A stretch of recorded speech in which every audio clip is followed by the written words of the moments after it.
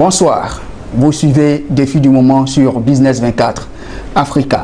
Comme beaucoup de pays africains, la Côte d'Ivoire essuie depuis quelques années des critiques récurrentes en ce qui concerne son administration publique. Lenteur, inefficacité des rouages administratifs et même corruption, bref, les critiques sont nombreuses. Aujourd'hui, en Côte d'Ivoire, on parle de plus en plus de modernisation de notre administration. Dans ce numéro des défis du moment, nous en parlerons avec Dr Palissier. Bonsoir. Bonsoir, M. Sibahi. Merci de nous recevoir. C'est à moi de vous remercier. Dr Palissier a mis en place un vaste programme de modernisation de l'administration publique en Côte d'Ivoire. Dr Palissier, vous êtes enseignant-chercheur, vous êtes formateur, consultant en management de qualité. C'est ça. Merci encore de nous recevoir. Merci, M. Sibahi. Alors tout de suite, nous allons commencer avec le diagnostic du fonctionnement de l'administration ivoirienne. Et quel diagnostic, quel est l'état des lieux? Avant de vous donner le diagnostic de l'administration, je souhaiterais remercier le président de la République pour déjà les efforts consentis dans le cadre de la modernisation de notre administration. Beaucoup a été fait, mais notre administration reste confrontée encore à des problèmes structurels et fonctionnels qui minent son efficacité et son efficience.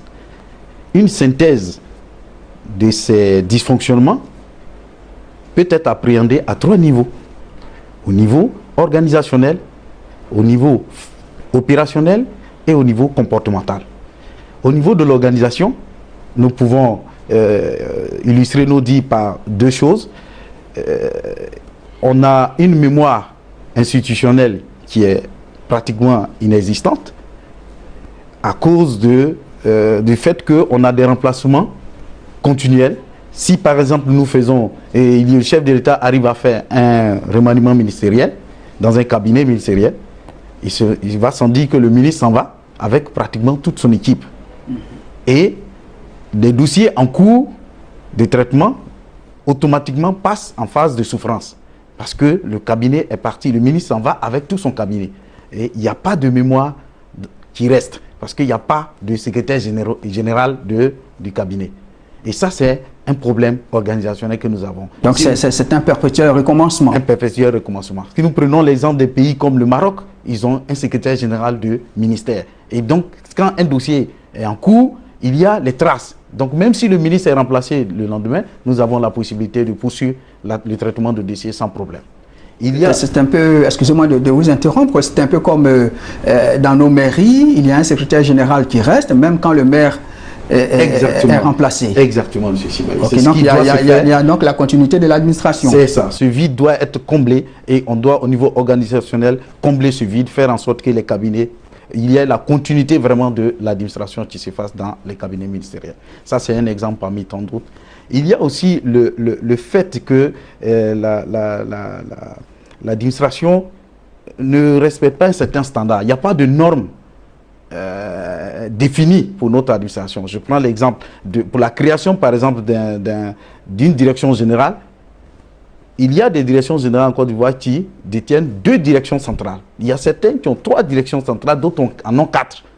Il y a des ministères qui ont 2 directions générales, d'autres en ont 3, d'autres en ont un seul. Et dès l'instant où on doit créer une direction générale, il va sans dire qu'il y a un certain nombre de directions centrales qui doivent exister. Et ça doit être normé. Pour dire que pour créer une direction générale, il faut 2 directions centrales ou bien 3 directions centrales avant de créer une direction générale. Et de même, pour créer un ministère, il faut 2 directions générales ou bien 3 directions générales avant de créer le ministère. Et ça doit être normé. Ça doit exister en tant que norme de notre administration. De sorte que si l'usager se retrouve d'une administration à une autre, il ne se perd pas. Et que la configuration soit normée et standard pour tous les usagers. Voilà par exemple des exemples concernant donc le niveau organisationnel. Au niveau opérationnel, nous avons une sous-informatisation de notre administration, ça c'est connu de tous. Aujourd'hui, un Ivoirien lambda devait normalement à ce stade de notre administration pouvait rester chez lui à la maison et faire la demande en ligne d'un document et pouvoir le retirer via son ordinateur sans bouger de sa maison si possible. Et ça c'est faisable.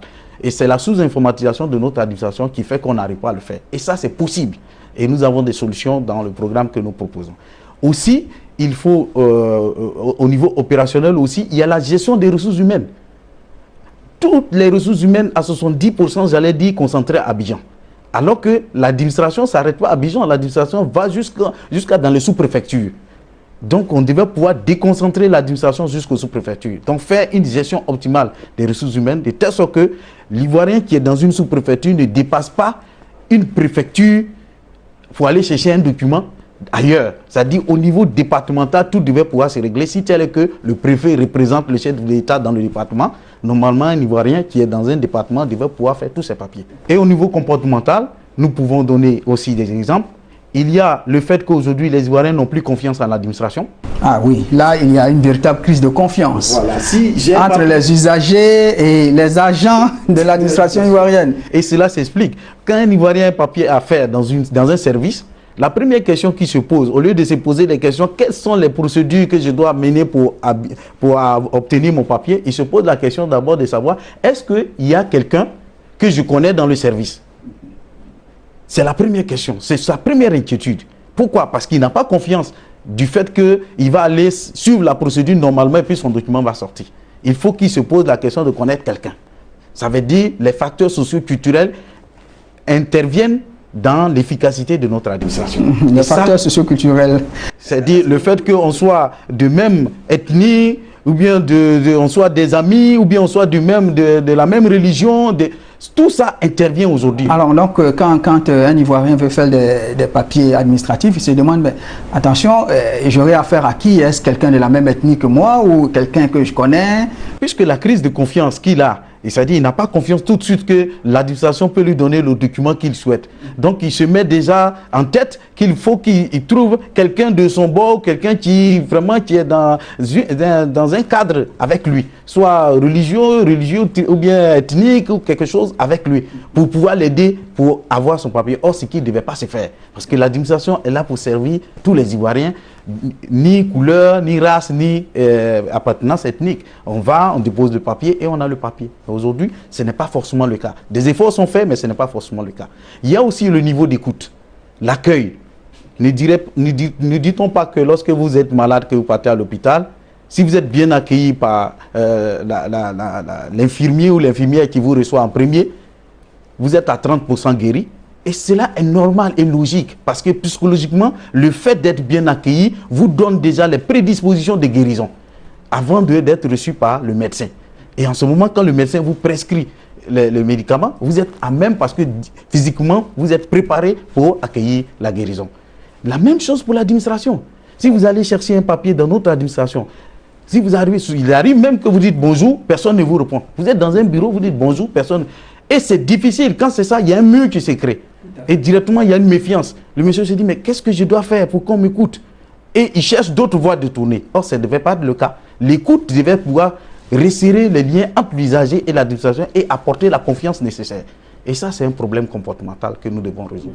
Voici les 3 niveaux auxquels le diagnostic est posé. Aujourd'hui, quelles sont les conséquences de ce dysfonctionnement sur l'économie et sur la marche de la Côte d'Ivoire vers l'émergence? Aujourd'hui, le président de la République nous dit à tout moment qu'on doit aller à l'émergence. On doit avoir une administration efficace, on doit voir notre pays se développer.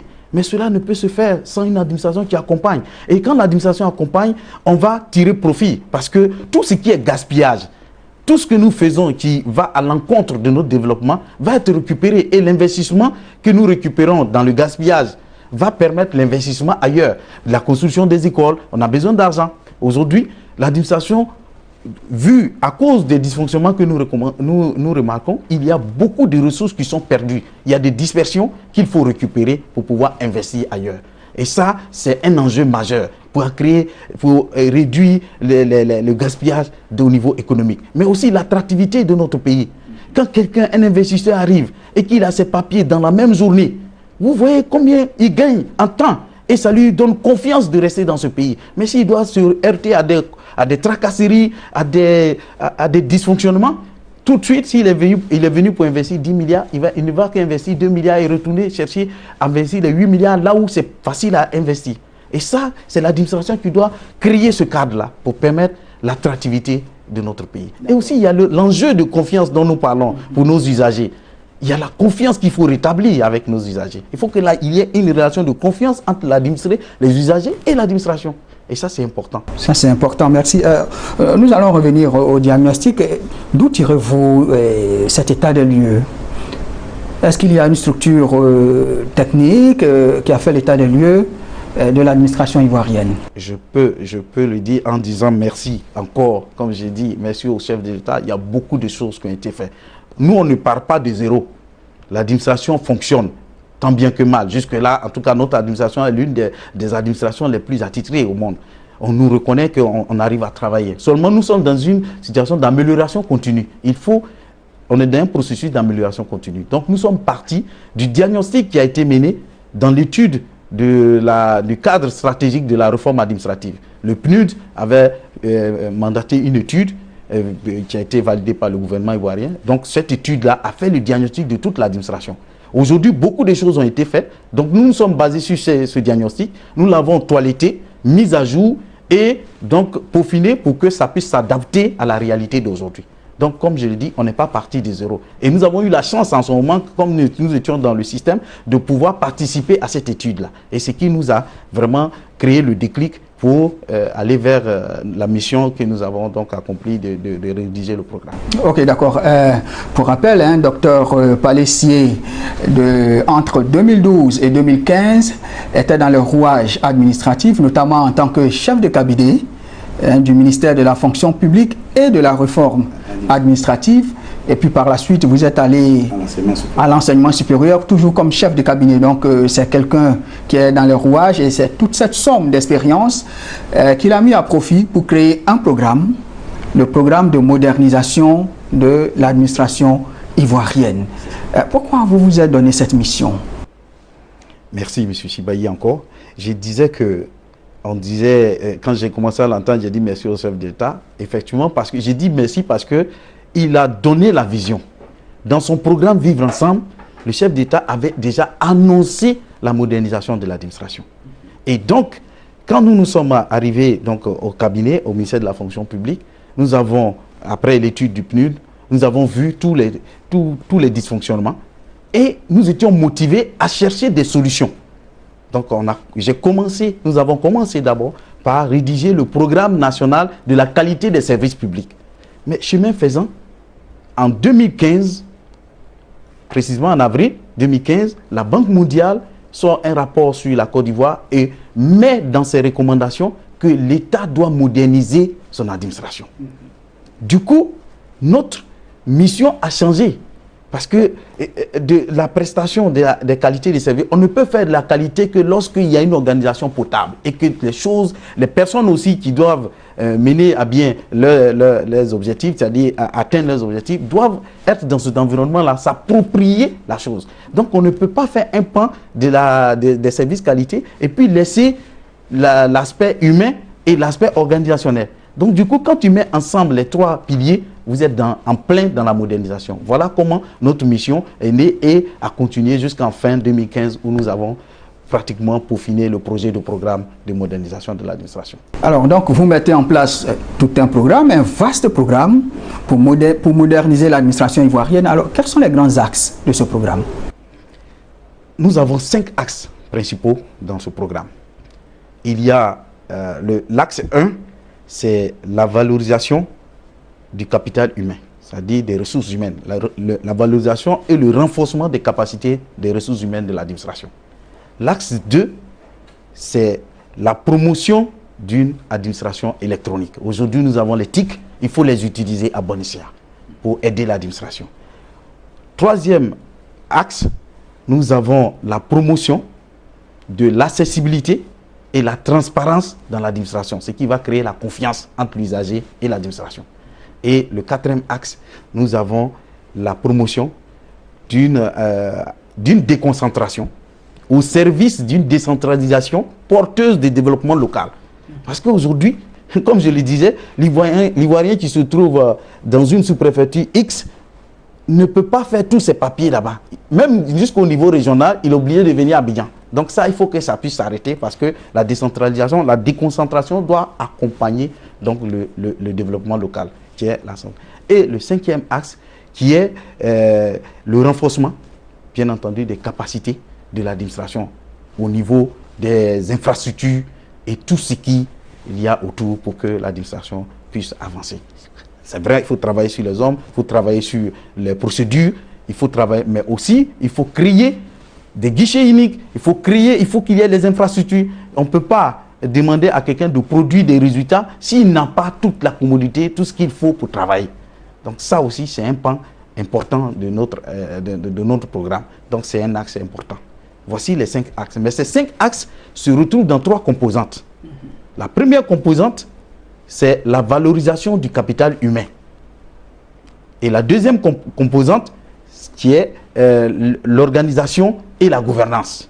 Et la troisième composante, c'est bien entendu la simplification des procédures, qui va donc jouer sur l'aspect de l'informatisation et autres. Voici les 3 composantes. Et ces 3 composantes débouchent sur 13 projets structurants. Et ces 13 projets structurants sont donc partent à partir des 5 axes. Donc nous avons 13 projets structurants. Ce programme a été évalué à peu près un budget de 17 milliards 800 millions et dont nous dans notre entendement, dans notre configuration, une partie doit être apportée par le budget, mais une partie doit être recherchée auprès des bailleurs de fonds, des partenaires techniques et financiers, donc à hauteur de 60%, donc près de 10 milliards à rechercher auprès des bailleurs de fonds, et 7 milliards doivent être donnés par l'État de Côte d'Ivoire. Ok, docteur Palé, ce qui fait la spécificité de votre programme, c'est qu'il est détaillé, il est chiffré, et il y a même un budget en face, et où trouver l'argent pour financer la réforme de notre administration et la modernisation de notre administration. Tout de suite, question est, quel est l'ancrage institutionnel pour réussir un tel programme? Bien entendu, pour réussir un tel programme, il faut que l'appui institutionnel soit fort. Si le programme n'a pas l'appui du président même de la République et du chef du gouvernement, ça ne peut pas marcher. Parce que ça va demander que tous les projets qui foisonnent dans l'administration en tant que projet de modernisation soient regroupés dans un cadre de référence. Et le programme devient le cadre de référence dans lequel va se trouver l'ensemble des projets de modernisation. Et après, c'est des matrices d'action qui vont être développées suite à des projets qui ont été validés dans les différents ministères. C'est des matrices d'action qui vont être déployés dans l'ensemble des cabinets, des départements ministériels. Donc s'il n'y a pas l'appui institutionnel, ça ne peut pas marcher. Parce qu'un coordonnateur de programme n'a pas le niveau hiérarchique, bien le commandement nécessaire pour aller demander qu'un travail soit fait dans un cabinet ministériel. Ça doit venir de là-haut. Et donc c'est validé depuis là-haut. C'est pourquoi que avant que vous me posiez la question, vous allez voir dans le pilotage, dans le système de pilotage, vous avez le Conseil national de modernisation de l'administration qui lui est présidé par le président de la République. Et après vient le comité interministériel de modernisation qui est présidé par le chef du gouvernement, donc le Premier ministre. Et après vous avez les comités, les groupes de travail sectoriels qui sont logés dans les départements ministériels qui sont présidés par les ministres. Voilà, donc c'est de là-haut que descend. Donc on a validé la stratégie au niveau du comité national de modernisation. Après, les orientations et la mise en œuvre, le programme de mise en œuvre validé par le comité interministériel. Après, au niveau du groupe sectoriel, ce n'est que l'application. Donc on fait la supervision de la mise en œuvre des matrices. C'est pourquoi l'appui institutionnel est très très important. Il faut que ça vienne vraiment à une position, soit vraiment logé au plus haut niveau de l'État, soit à la présidence ou à la primature, pour que ça puisse prendre l'ensemble des départements ministériels, qui sont donc les départements techniques auprès de qui les usagers viennent chaque fois chercher des documents ou avoir des informations. Ok, docteur Palé, vous proposez un programme, apparemment un programme indépendant qui est transversal à tous les ministères. Aujourd'hui, l'État ivoirien, le gouvernement ivoirien semble avoir pris la mesure de la question en créant un ministère dédié à la modernisation de notre administration, de l'administration publique. Et le ministère de la fonction publique et ce nouveau ministère sont allés plus loin en ayant des projets en ce qui concerne la dématérialisation des procédures administratives, la formation du personnel, et même il a été créé en Conseil des ministres un observatoire, l'observatoire des services publics. Et alors tout ça pour vous, est-ce que ça peut faire avancer les choses, ou bien il faut détacher la modernisation de l'administration publique carrément des ministères? Ce que nous pensons, c'est que déjà le gouvernement est en train de faire beaucoup d'efforts dans le sens de la modernisation. Mais cela se fait en silo. Chaque département ministériel développe une stratégie sectorielle de modernisation. Mais il y a un ministère en charge de la modernisation, certainement qui a un regard sur ce que les autres font dans le ministère. Pour le moment, il n'y a pas encore de stratégie nationale arrêtée. C'est ça, c'est là où nous voulons venir. Il faut une stratégie nationale et par la suite décliner en stratégie sectorielle. En ce moment, on peut superviser plus facilement. Mais aujourd'hui, ce n'est pas encore le cas. Il s'est développé de façon sectorielle, en silo, et chaque ministère fait des efforts. Mais souvent même, il y a des chevauchements, puisque les ministères ne savent même pas ce que l'autre fait. Aujourd'hui, vous avez tout. Chaque ministère a un site internet. Mais où l'Ivoirien lambda, quand il veut un document, il ne va pas se promener dans l'ensemble des sites pour chercher. Il faut une plateforme, où quand il rentre tout de suite, il a monadministration.fr. Quand il rentre le document qu'il veut là, il cherche là-bas, on lui dit fais ceci, voici la procédure. Si ça nécessite qu'il aille chercher des informations d'un ministère quelconque, le lien lui est donné pour aller. Et ça sera le cadre de référence. Ça sera comme ça qu'on doit travailler pour qu'on ait plus de lisibilité et de visibilité dans tous les efforts faits dans le cadre de la modernisation. Et c'est ce qui n'est pas fait. Voilà pourquoi nous demandons que vraiment cela soit pris en compte et qu'on regarde dans ce cadre-là pour créer un cadre de référence qui va donc foisonner l'ensemble des projets de modernisation. Et quitte à ce que ça soit supervisé par le ministre en charge de la modernisation, il aura plus de visibilité, plus de flexibilité à superviser les activités de modernisation. Il n'y aura pas de problème. Mais là, en ce moment tel que ça est, c'est difficile. Ok.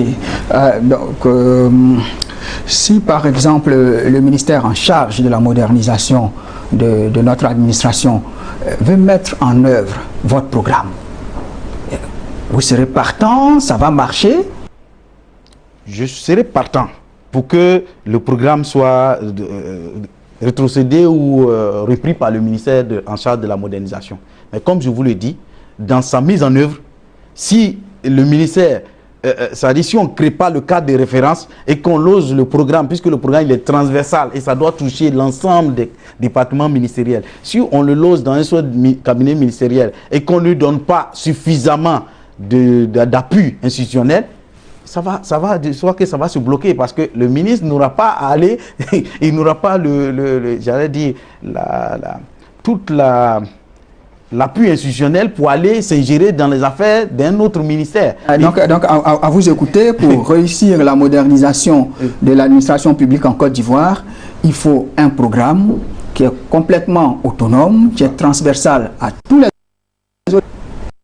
Obligatoirement, c'est un ancrage institutionnel incontournable. Incontournable pour moi. Et puis pour avoir aussi facilement le financement, parce que les bailleurs de fonds que nous avons à notre modeste niveau essayé de parler avec eux sur le programme, ils ne vont pas dans le sens ils vont pas dans le sens de financer les missions d'un ministère, mais financent plutôt des programmes.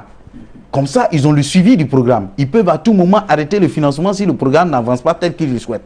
Mais on ne peut pas arrêter les missions d'un ministère. Donc, du coup, c'est deux choses différentes. Et si on veut vraiment aller vite, puisque le programme se situe dans un temps, et nous avons des jalons à qui on vient rendre compte. Donc, on verra la progression du programme. Et en ce moment-là, tout le monde sait d'où nous partons, où est-ce que nous allons arriver et à quel moment nous allons arriver. Parce qu'il va y avoir des moments où on fait des jalons, où on fait des comptes rendus. Donc ça, c'est important de le souligner parce que les bailleurs sont dans cette logique-là. Ok, docteur, on voit que vous êtes très avancé dans votre programme. Le programme est détaillé, comme je l'ai dit. Oui. Je l'ai vu, je l'ai lu, c'est un programme alléchant. Alors, qu'est-ce que vous faites? Vous imposez le programme à chaque ministère ou bien vous tenez compte des besoins des ministères pour peaufiner le programme? C'est exactement ça ce que vous venez de dire. On va tenir compte des besoins, puisque chaque ministère technique a une mission bien précise. De cette mission découlent des projets. Et parmi tous les projets qu'ils ont, il y a des projets qui concernent la modernisation de leur département. Donc ces projets-là vont être reversés au cadre de référence. Et ensuite, c'est avec eux que nous allons faire ensemble les matrices et développer donc le plan d'action. Donc ce n'est pas sans eux. C'est un programme qui sera consultatif et tout le monde se verra dedans. Il n'y a pas d'imposition, ça ne marche pas quand tu imposes. Aujourd'hui, nous sommes dans un monde participatif où chacun, pour qui il adhère à quelque chose, veut avoir son mot à dire. Et c'est comme ça qu'on fonctionne. Pour que le programme marche, le plan d'action soit arrêté, ce sera l'ensemble des projets de tous les ministères qui seront recueillis et peaufinés avec eux-mêmes pour pouvoir aboutir à un plan d'action qui est général et qui fera donc la stratégie nationale. Parce que cette stratégie-là s'inscrit dans une vision globale pour l'amélioration de la gouvernance publique et aussi la rénovation de l'administration et des modes de management. Voici le but de la stratégie. Donc c'est vraiment participatif. Ça permet à tous les ministères de s'y retrouver et d'avoir donc leur programme de modernisation intégré, leur projet de modernisation plutôt intégré le programme de modernisation. Et en ce moment, on a un financement, on sait où on va, les choses sont claires et on peut suivre à tout moment, puisque quand dans même le comité de pilotage, le comité interministériel doit rendre compte au comité national de modernisation chaque 3 mois avec un rapport. Et ce rapport sera lu par le Premier ministre s'il le souhaite. Il peut venir même faire un plateau et expliquer aux Ivoiriens où est-ce que nous partons, où est-ce que nous sommes arrivés. Voilà. Donc ça permet une lisibilité et une visibilité dans les actions de modernisation. Ok. Tout de suite, en quelques mots, si on vous demandait de présenter les innovations de votre programme, qu'est-ce qui fait sa spécificité? Le programme est différent d'une mission quelconque. Il est confiné dans le temps. Quand on dit un programme, là, on connaît le début, on connaît la fin. Ça, c'est une spécificité. À l'intérieur du programme, comme je le disais, il y a l'ensemble des projets. Donc, c'est un consortium de projets de modernisation qui va se retrouver donc à l'intérieur du programme. Donc, il y a l'aspect participatif au lieu de l'aspect silo. Ensuite, il y a le fait de pouvoir faire le suivi et évaluation. Parce que derrière le financement, celui qui finance veut voir comment ça progresse. Et ça, c'est des spécificités qui n'ont pas ça forcément dans une mission quelconque. Et c'est ça qui fait la spécificité du programme et l'efficacité surtout. Parce qu'on veut atteindre, c'est un peu axé sur la gare, c'est-à-dire la gestion axée sur les résultats. Le programme est comme ça. On veut atteindre des résultats, les objectifs sont clairs et on va formater donc des matrices d'action pour atteindre ces objectifs. Et dans un temps bien précis. Donc on peut suivre sur les 4 ans, comme je l'ai dit, sur les 4 ans, on peut suivre et évaluer. Et ça, ce n'est pas la routine normale. Ce n'est pas la routine normale. Et donc la pression y est. La pression y est parce que tu as 4 ans pour mettre une plateforme, pour créer toutes les entités qui vont donc démarrer l'activité de modernisation et donner un coup de pouce à l'administration, donner de la visibilité, l'efficacité à l'administration. Et ça, ça met la pression. Ok, ça met la pression. Donc le programme est sur 4 ans. Et après les 4 ans, qu'est-ce qu'on fait? S'il n'y a plus de bailleurs de fonds, ça s'arrête, le programme meurt. Alors c'est la case des départs. Non. Docteur, y avez-vous pensé? Oui, pas du tout. Et bien sûr que nous avons pensé. On a dans le mécanisme derrière, on a prévu un fonds de la modernisation de l'administration que nous proposons de créer. Nous proposons aux autorités de créer. Je ne sais pas par quel mécanisme, je ne suis pas économiste, mais moi je propose qu'il y ait un fonds de modernisation. On peut trouver les mécanismes. Nous sommes en Côte d'Ivoire, on a beaucoup de grands économistes qui peuvent nous aider à trouver le mécanisme par lequel nous allons. Mais il faut qu'il y ait un fonds pour la modernisation dans le budget de Côte d'Ivoire, chaque année. Après les 4 ans, il faut que ça... Parce que je dis, c'est un processus d'amélioration continue. Quand vous rentrez dans un processus d'amélioration continue, ça ne s'arrête pas. Vous atteignez un niveau, plus que le monde évolue. Plus vous courez vers l'excellence, l'excellence s'éloigne de vous. Donc vous êtes obligé de poursuivre. Donc l'action de modernisation doit se poursuivre le long de la vie. Donc on doit prévoir des moyens pour faire en sorte que ce que nous avons conçu ne se ruine pas, ne tombe pas en ruine. et qu'on puisse chaque fois toiletter, avancer.